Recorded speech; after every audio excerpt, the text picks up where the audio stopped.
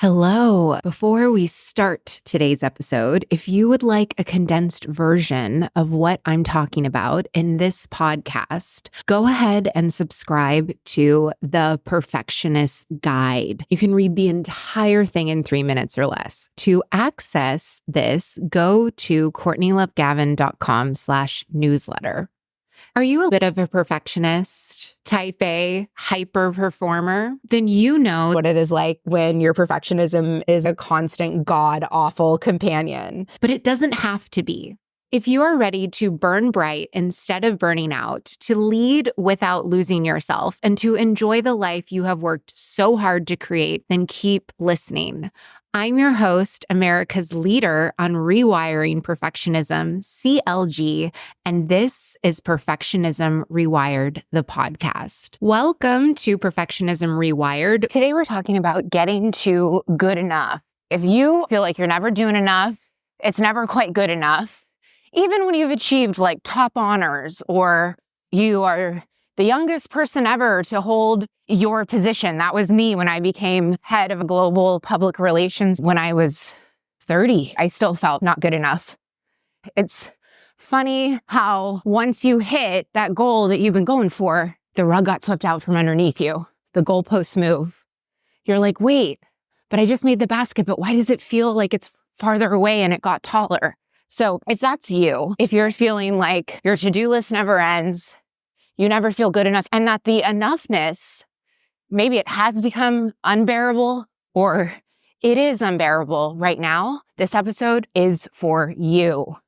You are going to learn why this comes up, and it's not what you think it is.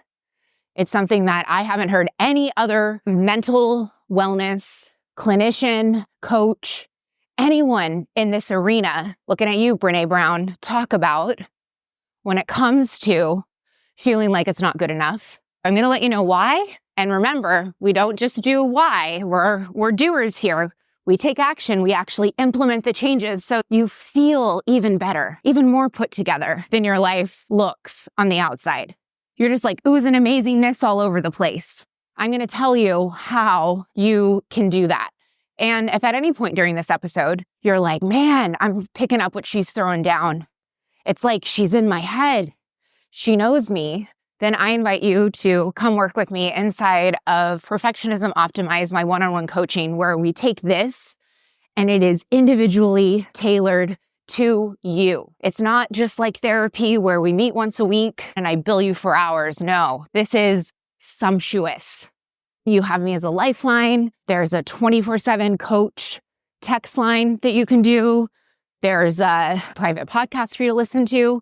There's playbooks. There's a portal. We got so many goodies for you, all the bells and whistles. But what's most important isn't all the cool stuff you get. It's the skills that you develop, how you elevate yourself out of the hole it feels like you're in because of your perfectionism. You stop thinking about it and you start being about it and embodying it. You are living a life of purpose. Your relationships are improving. Your health is improving. And I'm not just talking about your mental health. I'm talking about your physical health, spiritual health, emotional health.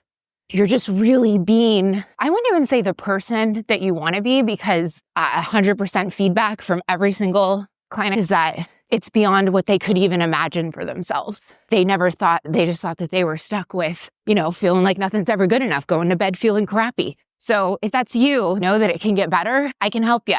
If you're interested in that, go to CourtneyLoveGavin.com/optimized.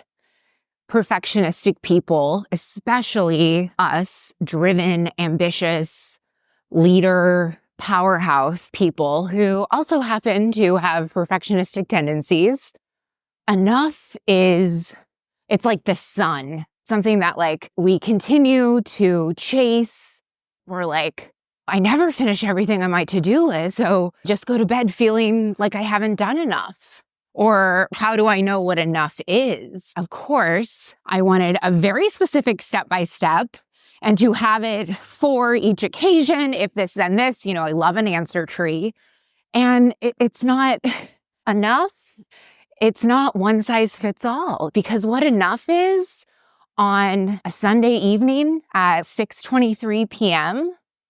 versus what's enough for you on a Wednesday at 4 a.m. is different. So why is it that perfectionistic people tend to feel not good enough? Is that enough? I could be doing more. I'm not enough. It's basically coming down to you are unsatisfactory in some way, and you're definitely not feeling satisfied. So why is that? Well, it's because the game is rigged.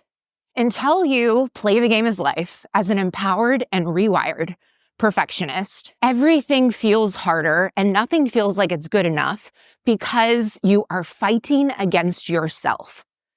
You might be saying, oh, I need to be less controlling as you white knuckle your way through, or I just need to focus on this, but all I can think about is this other thing.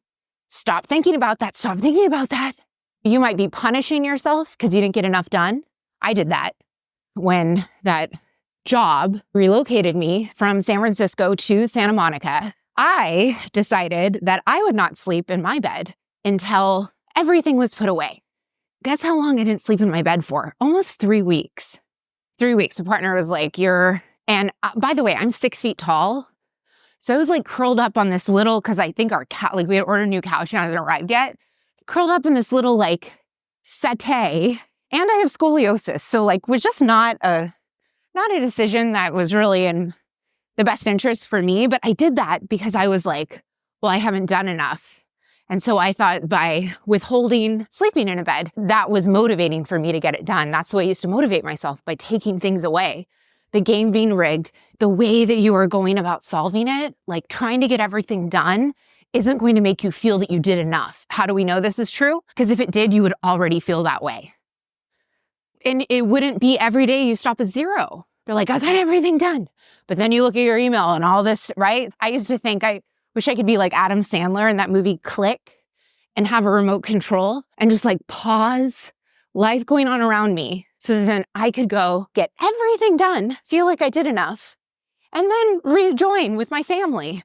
That's what I used to think. Maybe you're like this too. That's one way that we know it doesn't work. Also, another way it doesn't work, why it still feels like it's not good enough and the game is rigged against you.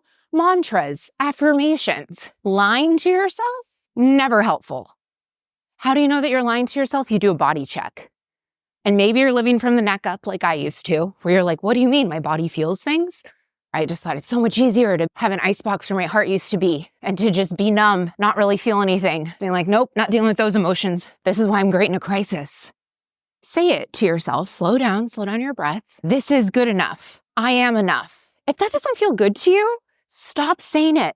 Because what it's doing is it is eroding your self-trust. Yes, that's what happens when you lie to yourself, your subconscious and your unconscious. The likelihood that it actually trusts you goes down. When you don't trust yourself, you have to control everything all the time. You have to do everything right then because you don't show up for yourself the way that you show up for other people. Telling yourself lies. I used to do this, by the way, not knowingly. I was just like Abraham Hicksing my way and just being like, I'm just going to write this out 1,000 times and I'm just going to focus on the positive side, which it's toxic positivity when you firmly believe in your bones, in your body, that it's not good enough.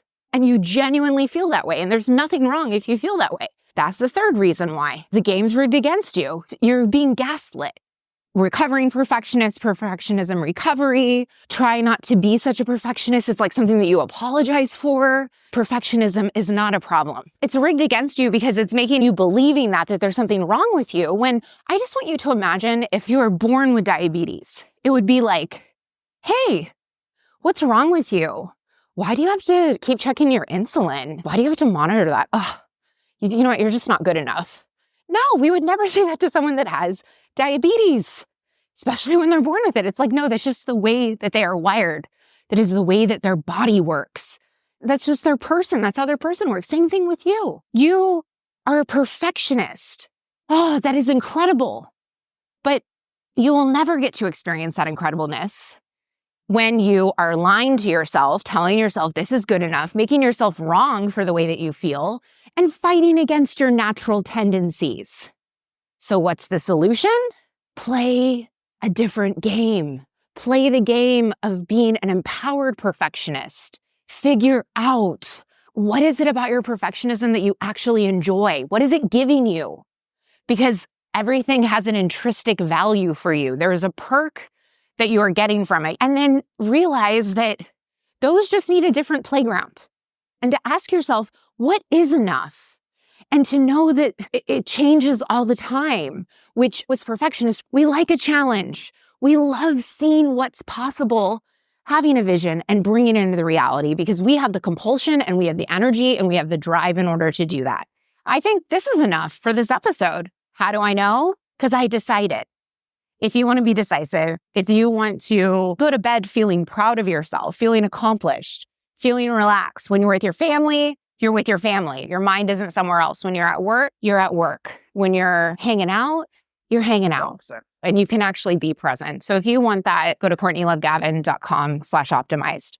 White knuckling your perfectionistic tendencies is rough. You have other options. You have useful options to seek relief that is better for you long term. Relief that gives you resilience, relief that gives you confidence, relief that gives you clarity, relief that gives you direction in yourself so that you're able to be flexible instead of rigid and clenchy. You can let go of, I need to know everything. I need to do everything. Instead, you can just be like, I'm here. I know that I will figure it the F out. You do not have to white knuckle your perfectionistic tendencies. And if you feel like you are, I invite you to come work with me one-on-one inside of Perfectionism Optimized, where you will learn how to be totally in charge and in command of your life, which means that you will finally stop trying to desperately control how everyone feels about you. You just stop trying to control and you actually become in charge of your life because there is a big difference. You get to redefine what you want for your life to be about, what success means to you. We meet you where you are. So it's not like, oh my gosh, I started coaching with CLG and now I need to make 10 hours a week for my homework. No, it's not like that. We integrate it into the things that you are already doing. You begin to feel more calm and confident when you're getting your kids ready to go to daycare in the morning. When you're like, oh shit, this is a challenge, we get to figure it out together. And you come out on the other side stronger, more confident, and more capable. So everything in your life as a ripple effect gets better. So if you want this for yourself, then go to CourtneyLoveGavin.com.